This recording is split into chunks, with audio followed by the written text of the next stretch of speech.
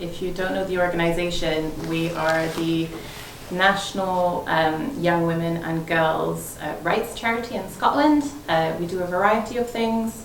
So we deliver programmes, we do policy advocacy, we do research, but it's all led by young women, and that's kind of the key angle that drives all of our work, is that we make sure that everything we do is something that young women and girls have asked for and need and want, and we report back to them in lots of different ways, and I'll come back to that in a little bit. A bit about me as well. So I'm the vice chair, as you might see in my bio. As all of us, I have quite a few identities and roles.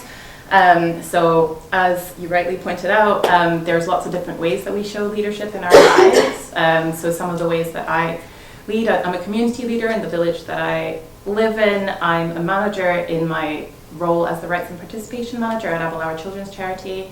I also run a business called Narrative Matters, where we do impact consultancy, research impact. So there's loads of different ways in which I bring these values of inclusion and diversity to my work, and I model these values. So I wanted to say a little bit, before we get to the governance review, I wanted to say a little bit about how I came to be on the board.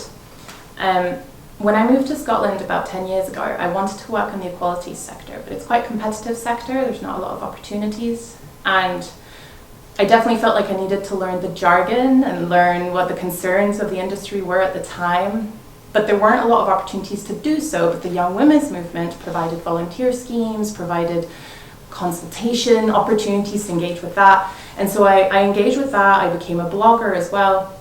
And so after a few years, when they decided to pilot the Young Women Lead program, which is their program where they take young women and girls and introduce them to the parliamentary process, you're in the parliament, you're doing policy research.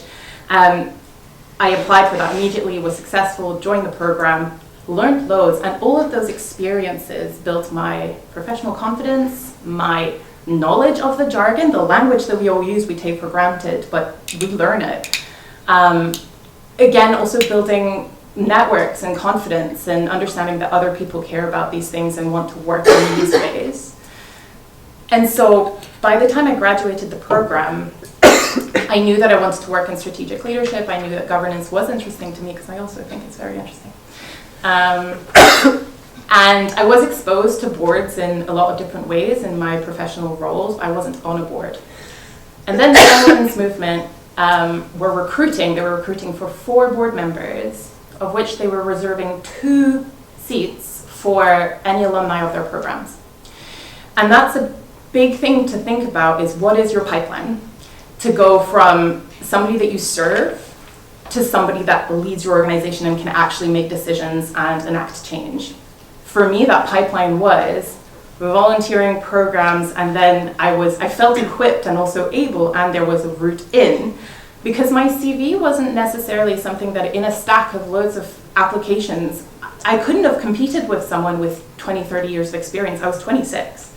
It wasn't going to happen, but in terms of content, I could do it. And so again, it's thinking about what is your pipeline and how do you nurture that? Because if you value having your service users inform your decision making, then you need to make that a possibility. I couldn't have competed otherwise. And so I was successful, and I was a little bit apprehensive because I had been exposed to board culture before. I knew that it wasn't always the most welcoming space, or it could be a little intimidating, a little opaque. Again, it's that language barrier. I don't think that the discussions that were taking place were necessarily too complex for me, but I do think some of the language and the way conversation happens and debate happens and decisions are made, it's not necessarily the most natural in a board space. And so I was a little bit worried, but I joined the board, and what I was exposed to was just a group of incredibly experienced and knowledgeable people making decisions in really collaborative ways, really transparent ways, holding each other to account if they were using an acronym or jargon that might not be accessible to everyone. And that meant everything, even shrinking something like communication to comms, isn't necessarily accessible depending on where you work or where you're at in your career. So really rigorously making sure that we were speaking human to each other was something that immediately made it more accessible for me, and I could actually follow the conversations. And so that took me quite rapidly from a few meetings where I was sort of learning the ropes, listening, growing, to then feeling confident in sharing my views, contributing my views, and then eventually coming into this position of leadership that I hold now. And I think part of that is, yes, language, but I think there's also a collection of other factors that meant that I was able to do that. Part of that is the culture in decision making, but also who was around the table. So Dave, you talked a little bit about the fact that, you're on a board and you have a disability. And that informs what you can contribute, but isn't the reason why you're on board. You are valuable to the board, full stop, and also you bring a different perspective. And I never felt like I needed to contribute from the perspective of, I was on your program, so I have all the pressure of making sure that I represent that view, because that view is complex and multifaceted.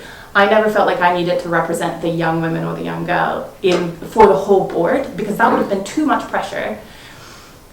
And again, I think the reason I didn't feel that pressure was several-fold. One was, we had a lot of young women and girls on our board. Our constitution mandates that we have 25% of our trustees be under 30. We currently have 40%. And I think the reason we have 40% is it's a snowball effect. If people see that the space that you're working in is welcoming, will listen, will value your contributions, then you're more likely to apply, because you don't think, oh, they're not going to listen to me, this will be a waste of time, or I have no shot in getting on this. So it snowballs if you make that space inclusive.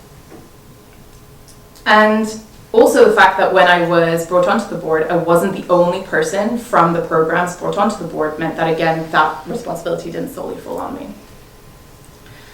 So that's a little bit about why I was on the board and how it felt. And we can circle back into the culture itself. But that led me to when I became vice chair. I had already reflected a lot on why does this board feel different?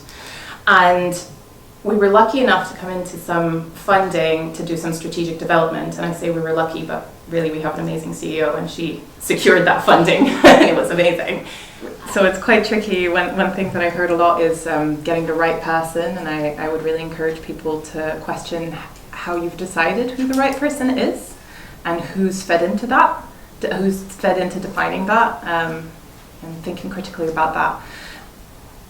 I also discussed with Leah Lockhart, the person who actually did the governance review, what her answer to this would be. And she said, how do you know you're welcoming? And I think that's a really valuable question to hold. You as a person, you as an organization, you as a board, how do you know you're welcoming? Because from my perspective, you can bring all the right people in. If you're not the right space for them to land in, you will not hear them, not their real them, not the thing that you brought them onto the board to contribute. And so I kind of sneakily used two other people's answers so I could fit in more. My answer. Good work. My answer would be get comfortable with discomfort. I think it can be really difficult as a leader, as a chair, as a trustee. You want to appear professional and like you know everything and you can be relied on because you're in charge of a lot of things. But you have to also, as a leader, say, I'm going to get this wrong because it's complex, it's not been modeled a lot, and I'm going to fumble with my words, with my actions, I'm going to do it. And I want you to tell me when that happens, and I want you to know that I will listen to you, and I will do my best to work with you to find a different way. And become that safe person that welcomes challenge, because I think it can be really frustrating to hear somebody in power say, I'm going to get it wrong, hold me to account, because it's a lot of work to hold leaders to account. But if we model actually being that welcoming person that goes, yeah, I want to hear it, and genuinely I'm going to change things. And if you see that happen over and over again, you will hear from people, they will come, you will not struggle with recruitment, because you will start that snowball effect of being that inclusive space for people.